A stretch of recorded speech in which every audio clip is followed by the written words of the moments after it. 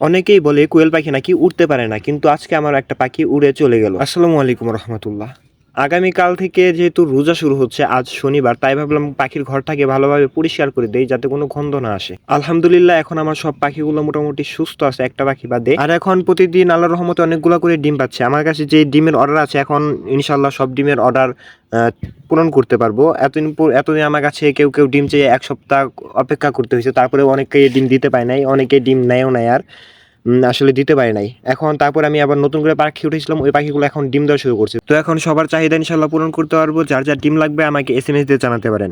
আর কেউ যদি খাওয়ার জন্য পুরুষ পাখি নিতে চান, পুরুষ পাখিও নিতে পারবেন। আমার কাছে অনেকগুলো এখন পুরুষ পাখিও আছে।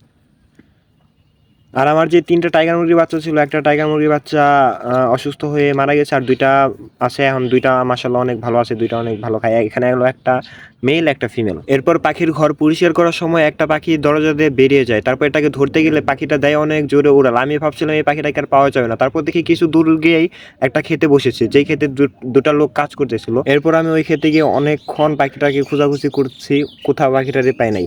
দেন আধ ঘন্টা পরে আমি চলে আসছি। আর ওই লোকগুলাকে বলে আসছিলাম যে যদি কাজ করার সময় পাখিটাকে দেখেন তাইলে ধইরা আমাকে বললেন। এরপর এক বুক হতাশা নিয়ে ফিরে যাচ্ছি। এত বড় চোখ ওই পাখিটাকে কই খুঁজে পাবো? যাই হোক, ওই পাখিটার আশা আমি ছেড়ে দিছি। ডিমের পাখি ছিল। পাখিটাকে খুঁজে বাসায় এসে এখন আমি এই ময়লাগুলো পরিষ্কার করছিলাম। অনেকেই যারা পাখি পালতে চাচ্ছেন তাদেরকে বলি আমি, এগুলো কিন্তু পরিষ্কার করতে হবে। অনেকেই যে আপনারা ভিডিওতে দেখেন জাস্ট খালি ডিম তুলতেছে, ডিম বিক্রি করতেছে, এটা কিন্তু ভাই কষ্টের কাজও আছে।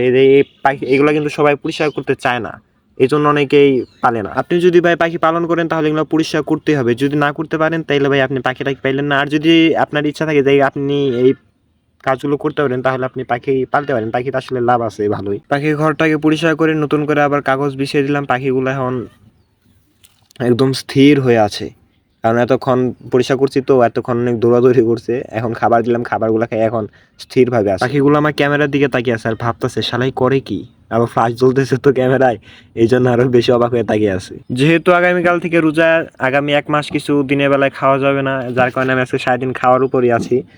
পাখির ঘর পরিষ্কার করে এখন ঘরে বসে বসে বড়ই খাচ্ছি। আর এলইডি টিভিতে ভিউ দেখতেছি, প্রাকৃতিক ভিউ।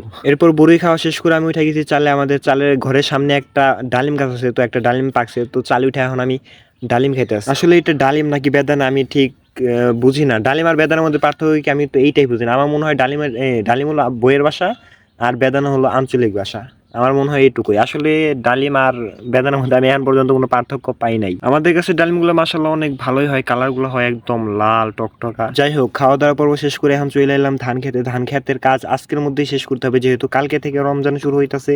তো রোজা থেকে এই রোদের মধ্যে ক্ষেতের কাজগুলো করা যাবে না, যার কারণে আজকে খেতে নুসি দিয়ে সার দিয়ে দিতে হবে। আজকে অর্ধেকের বেশি নুসি দেওয়া আছে, আর বাকিটুকু আজকে দিতে হবে। আমি এখন দিচ্ছি, বাকিটুকু আব্বা আর আমি দেবো।